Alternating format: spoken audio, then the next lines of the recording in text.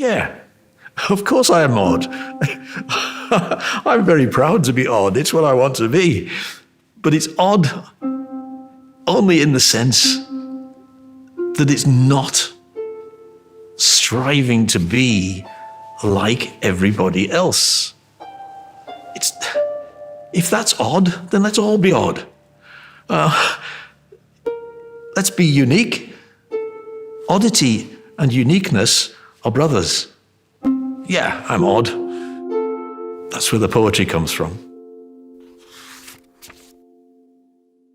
Shall I read this poem? Let me find it. Unique. Clouds spill in from the west, ahead of that promised cold front, driven by a rough, temperamental breeze. Their shapes have never existed before, will never exist again, yet everyone, everywhere, recognizes them for what they are, clouds. This is what unique means. The word has less to do with difference, whatever people may say, than with something we have always known to be true, a qualified, modulated likeness. The whole world as uniquely various as fingerprints, as DNA, as zebra stripes, as clouds. Yeah, uniqueness.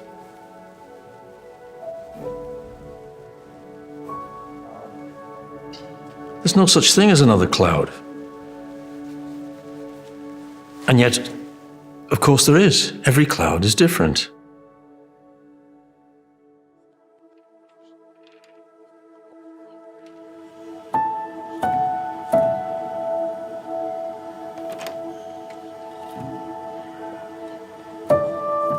I love the fact that you can be the same, recognizably the same,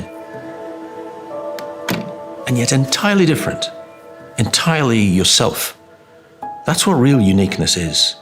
And every person has it, every animal has it, every plant has it, every cloud has it. What saddens me, though, is that most people don't even see it. There are too many other things in their lives to occupy them. And very often they are things to do with business or with stresses of life, making a living, looking after a family, all of these things, which are important, of course. But if that blinds you to a magic that is every day, all around you, then there's something sad about that.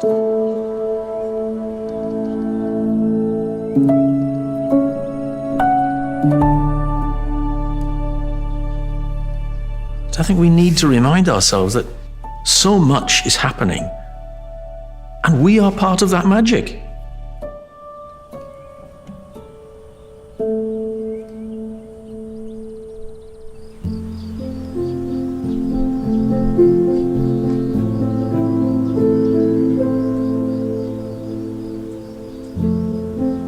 You asked who I am.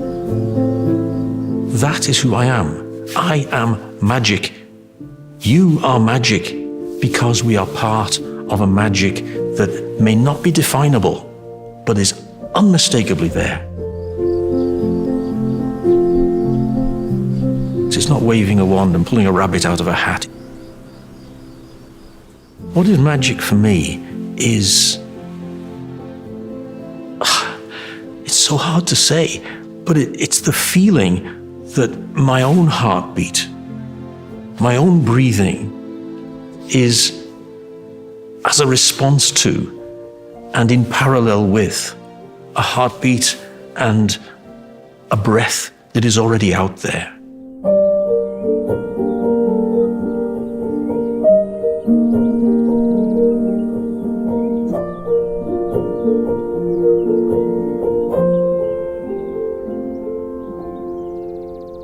When you're absorbed in magic and you recognize it as you as well, you're not just looking at it, you're not just seeing it over there, but you're becoming aware that you are part of it and it is part of you.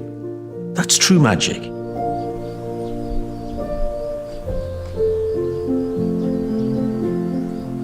It's special, instinctive, natural magic.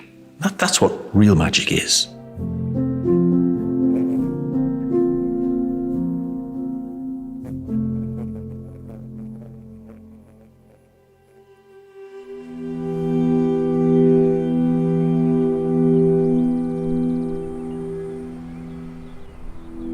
I grew up in a very urban, harsh, working class area outside Liverpool in the 1950s and 60s.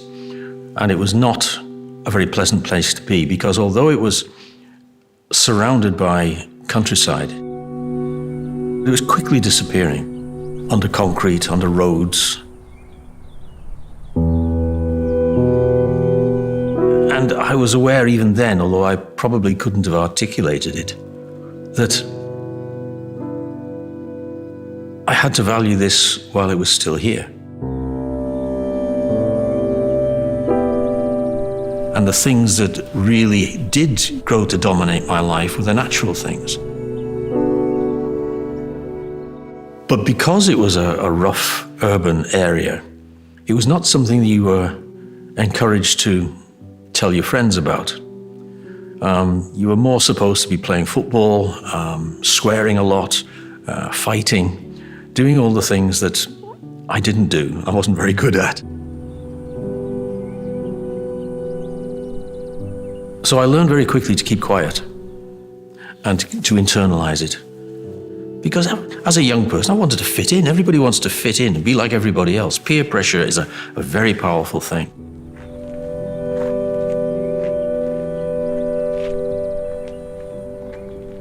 Years went by, and eventually I began to realize that what I had dismissed as unimportant was probably the most important thing in my life. I suddenly began to realize that this is what I am. We are part of the natural world.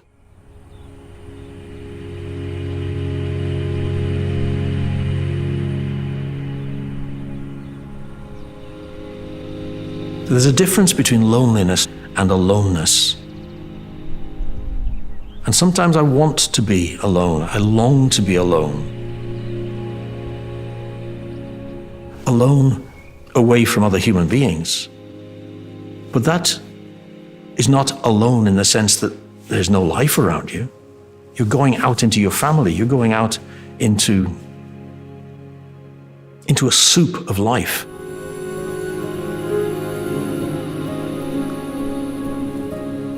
It's something that almost always, no, let's forget the word always revives me.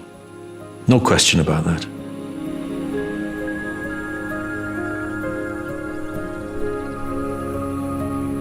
Because there is everything there that inspires me, everything that is breathing along with me.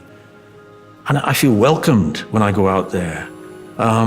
Rivers, streams coming down the mountain, fynbos with birds twittering in it, little blue-headed lizards that greet me and wave and do all that. I'm not alone. Of course I'm not alone. It's something that is special. It's special. So let me be alone like that. I'm not lonely.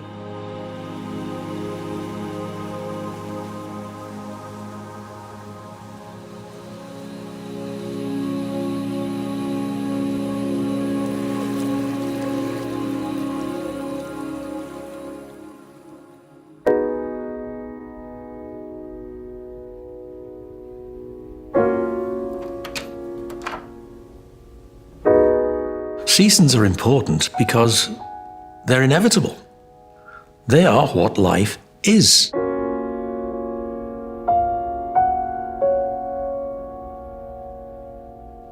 If we can admire and be part of and be within the seasons, then it seems to me that the seasons inspire in the sense that they breathe into us what they are and remind us of what we are.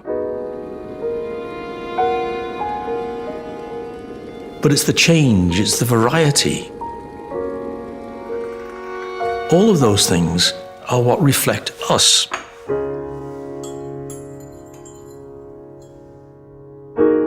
To know love, you have to know its opposite. To know ecstasy, you have to know despair.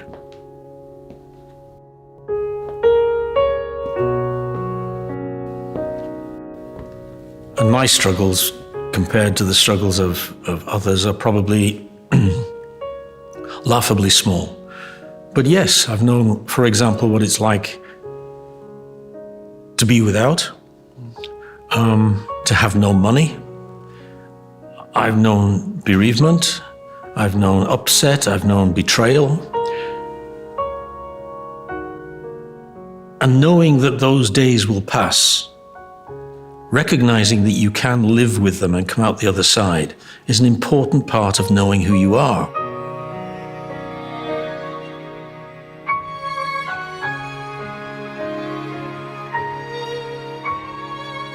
It's one of the reasons that growing older is helpful, because generally speaking, you have a life behind you, and if it's been a full life or even a semi-full life, you've known some of these downtimes, so that when the good times come, you know how to accept them, you know how to live with them, you know how to feel in love with them.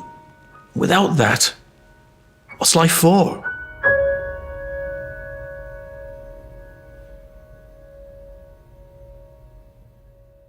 Autumn is this slowing down toward winter's halt. Leaves shed, days short, a rest and recovery without which there will be no spring, no new growing. Observe, I am this garden, semi-deciduous, a once fresh image rotting to the old cliché. No decay, no compost, no death, no life, no now, no tomorrow, no soon.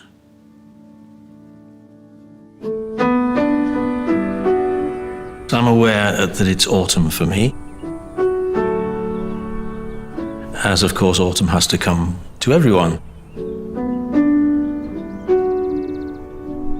But I don't feel that that's necessarily a bad thing.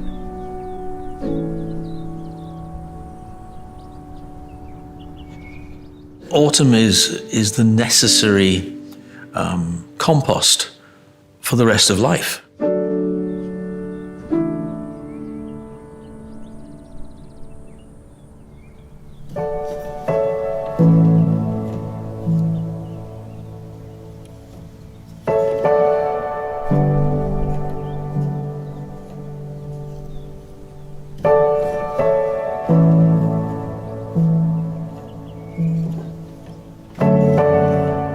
I'm a grandfather now, and I'm aware that what we leave for our grandchildren is absolutely essential to the quality of the life and the length of the life that they will have.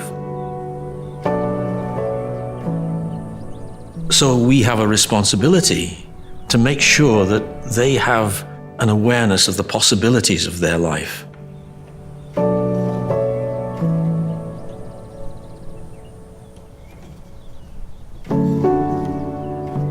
The most important possibilities are those that say, let's look after this earth that we're on, because it's the only one we have.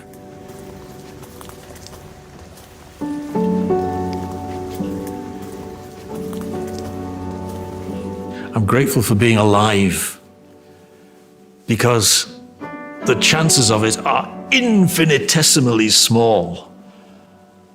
But I'm here, and while I'm here, enjoy it.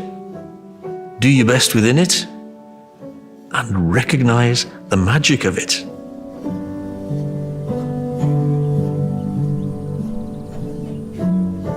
Magic, magic, magic. I'm part of magic. What more could I ask for?